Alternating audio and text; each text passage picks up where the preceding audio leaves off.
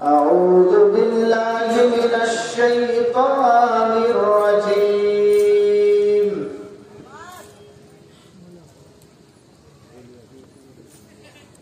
بسم الله الرحمن الرحيم.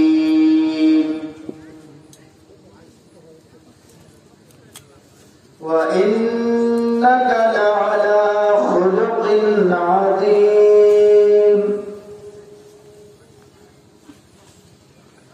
وقال تعالى: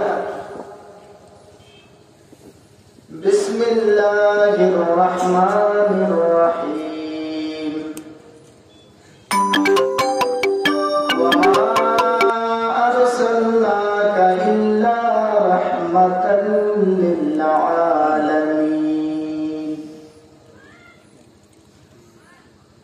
رب اشرح لي صدري ويسر لي أمري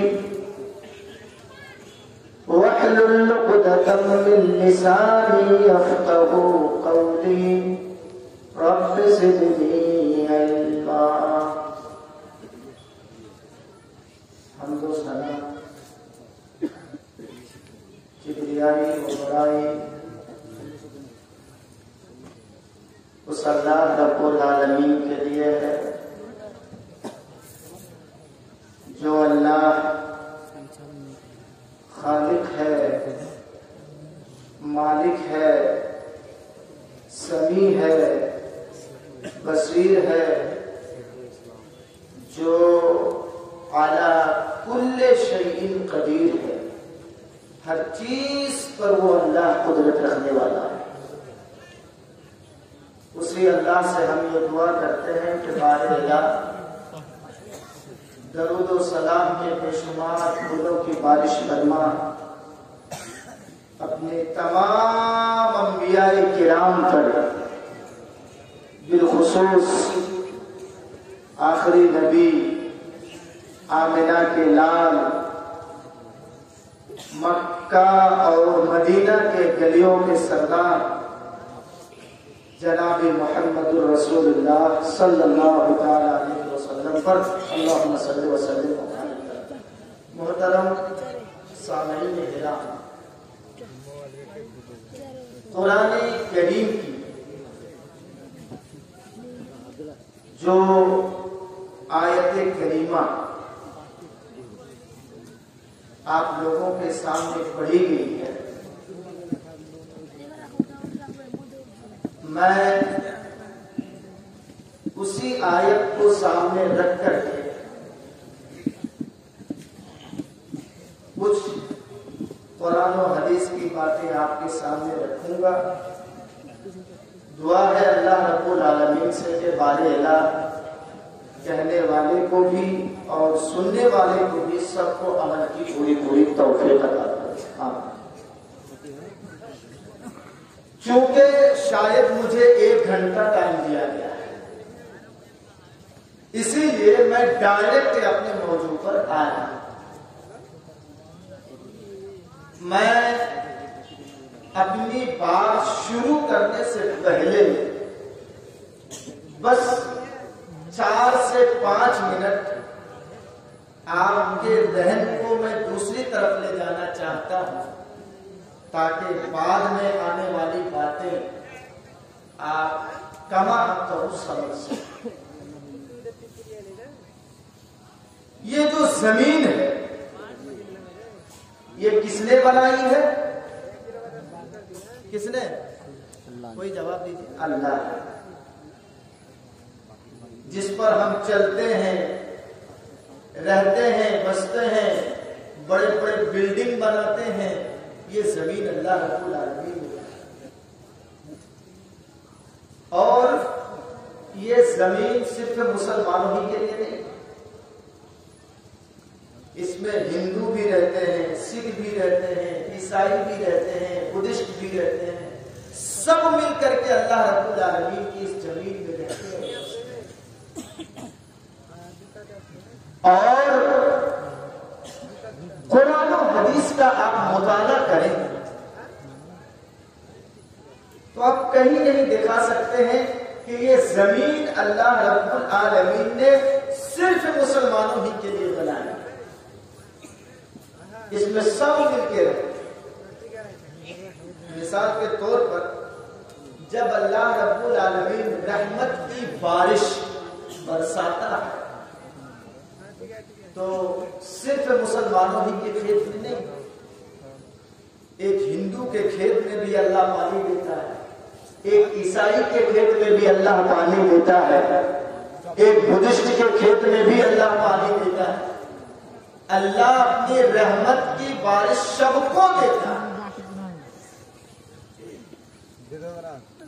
اللہ کو جو مانتا ہے اللہ اس کو بھی دیتا ہے، اور اللہ کو جو نہیں مانتا ہے اللہ اس کو بھی پانی دیتا ہے۔ اللہ بھید بھاؤ نہیں کرتا ہے اپنی رحمت، جب اللہ رب العالمین اپنی رحمت کی نچھاور کرتا ہے تو اللہ بھید بھاؤ نہیں کرتا ہے۔ لیکن دنیا میں دیکھا جا رہا ہے کہ اس دنیا میں جہاں پر مسلمانوں کی تعداد زیادہ ہے، میجورٹی میں مسلمان ہیں، وہاں پر غیر مسلموں کے اوپر ظلم ہو رہا ہے، جو کہ سراسر یہ اسلام کے خلاف ہے۔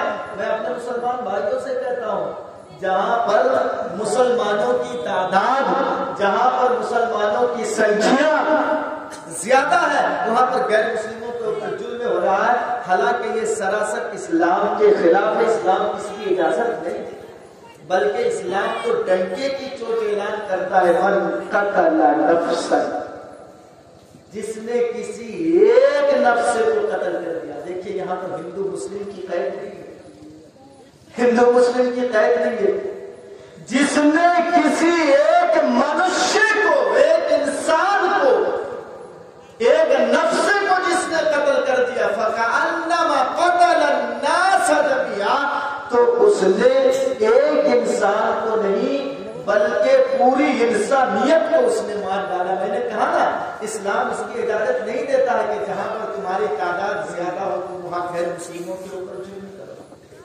اور اس کا الٹا دیکھیے، جہاں پر ہمارے غیر مسلم بھائیوں کی تعداد زیادہ ہے وہاں مسلمانوں کے اوپر ظلم کرو۔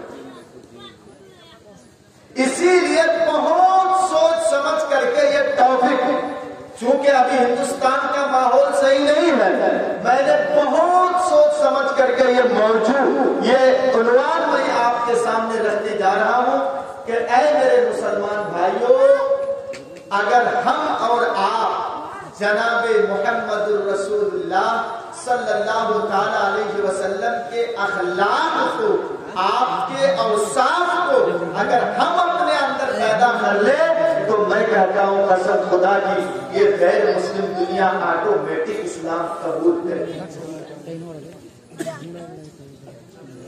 میں آپ کو دو مشورہ دے رہا ہوں، بات چیت بند کیجیے، میں آ رہا ہوں اپنے اصل موضوع پر۔ آپ حضرت عمر رضی اللہ تعالی عنہ کے زندگی کے واقعات کو آپ پڑھیے، خاص کر کے جب آپ امیر المومنین بنائے گئے تو آپ کے عادلانہ زندگی کو، جو آپ نے انصاف کیا ہے،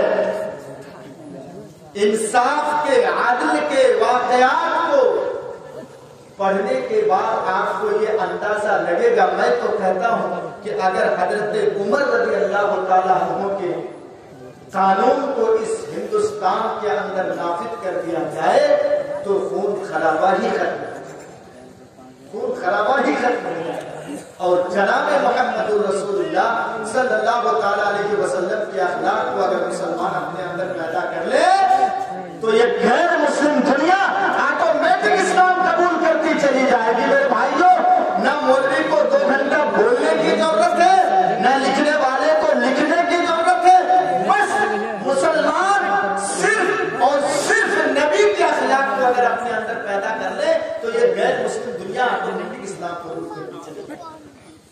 میں حضرت عمر کی عادلانہ زندگی کے ایک واقعہ تھوڑی سی جھلک میں آپ لوگوں کے سامنے دکھا رہا ہوں۔ چلیے میں آپ کو لے کے چلتا ہوں سن 16 ہجری کی طرف۔ حضرت عمر رضی اللہ تعالیٰ عنہ کے دور خلافت میں جنگ جلولہ، حضرت عمر رضی اللہ تعالیٰ عنہ کے دور خلافت میں یہ لڑائی ہوئی تھی، اور جانتے ہیں اس میں مسلمانوں کو کامیابی ملی تھی، شاندار فتح ملی تھی مسلمانوں کو، اور بہت سارا مال بھی لوٹا گیا تھا، مال غنیمت کے طور پر۔ میں آپ کو بتاؤں، یاد رکھیے گا، 4000 اوقیہ چاندی مال غنیمت کے طور پر۔ سنیے غور سے، بات مت کیجیے، 4000 اوقیہ چاندی کتنا؟ نمبر 2، 24,000 اونٹ۔ 1000 یہ میدان بتایا گیا، 1000 لائیے نا، اور کتنے ملی تھی مسلمانوں کو؟ 24,000 اور 40,000 بکریاں۔ 1-2 بکریاں نہیں، 40,000 بکریاں۔ پھر سے سنیے، بھولیے گا نہیں، 4000 اوقیہ چاندی، 24,000 اونٹ اور 40,000 بکریاں۔ تو لوگوں نے یہ مشورہ کیا کہ چلیے یہ چاندی تو مدینے پہنچا دیں گے، اونٹ یہ بڑا جانور ہے، اس میں بھی سہولت ہے کہ ہم پہنچا دیں، لیکن بکریوں کو مدینے تک پہنچانا یہ بڑا دشوار کام ہے، یہ چھوٹے جانور ہیں، ان کو کیسے پہنچائیں گے ہم حضرت عمر کے پاس لے جائیں؟ تو صحابہ نے یہ مشورہ کیا کہ چلیے ہم بکریوں کو یہیں پر بیچ دیتے ہیں، اور ان کی قیمت جو آئے گی وہ قیمت ہم حضرت عمر رضی اللہ تعالیٰ عنہ کے پاس پہنچا دیں گے۔ سب لوگوں نے مشورہ کیا، سبوں نے کہا ٹھیک ہے بکریوں کو ہم بیچ دیتے ہیں۔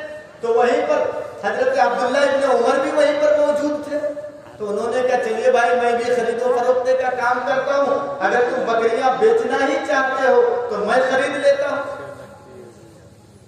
معاملہ طے ہو گیا، اور 40,000 بکریاں حضرت عبداللہ ابن عمر نے خرید لی۔ کتنے میں؟ 40,000 درہم۔ گویا کہ ایک بکری کی قیمت 1 درہم پڑے۔ 40,000 بکریاں 40,000 درہم میں حضرت عبداللہ ابن عمر نے خرید لیا۔ قافلہ روانہ ہو گیا، ایک آدمی کو متعین کر دیا حضرت عبداللہ ابن عمر نے کہ دیکھو یہ تمہاری محنت مزدوری دے دی جائے گی، یہ جو 40,000 بکریاں ہیں ان کو تم مدینے تک پہنچا دینا، یہ بکریوں کو میں نے خرید لیا، تم مدینے تک ان کو پہنچا دینا، تمہاری محنت اور مزدوری تم کو دے دی جائے گی۔ اچھا ٹھیک ہے، پہنچا دیتا۔ جا کر کے حضرت عمر کو، امیر المومنین حضرت عمر رضی اللہ تعالیٰ عنہ کو صحابہ کرام نے کہا کہ لیجئے یہ 4,000 اوقیہ چاندی، یہ 24,000 اونٹ آپ نے برابر برابر تقسیم کر دیا۔ ایک ہفتے کے بعد وہ 40,000 بکریاں مدینے میں پہنچی۔ حضرت عمر رضی اللہ تعالیٰ عنہ نے کہا یہ 40,000 بکریاں کن کی ہیں؟ حضرت عبداللہ ابن عمر نے کہا کہ ان بکریوں کو میں نے خرید لیا ہے۔ کہا کتنے میں خریدے ہو؟ کہا 40,000 درہم۔ دیکھنے کے بعد حضرت عمر نے کہا بیٹے تمہارے ساتھ رعایت کی گئی، تم امیر المومنین کے بیٹے ہو، اس لیے نہیں، ان بکریوں کی دوبارہ نیلامی کر دو۔ جمعے کا دن آ گیا، حضرت عمر نے کہا 40,000 بکریاں میرے پاس ہیں، ان کی نیلامی کروں گا میں۔ اور جانتے ہیں 40,000 بکریاں جو سب سے آخری بولی لگتی ہے 4 لاکھ درہم میں بکتی ہے۔ کتنے میں؟ 4 لاکھ درہم میں۔ امیر المومنین نے کہا بیٹا دیکھو تم امیر المومنین کے بیٹے ہو، اسی لیے تمہارے ساتھ یہ رعایت کی گئی تھی۔ کتنے میں تم نے خریدا تھا؟ ابو جان میں نے 40,000 درہم میں بکریوں کو خریدا تھا۔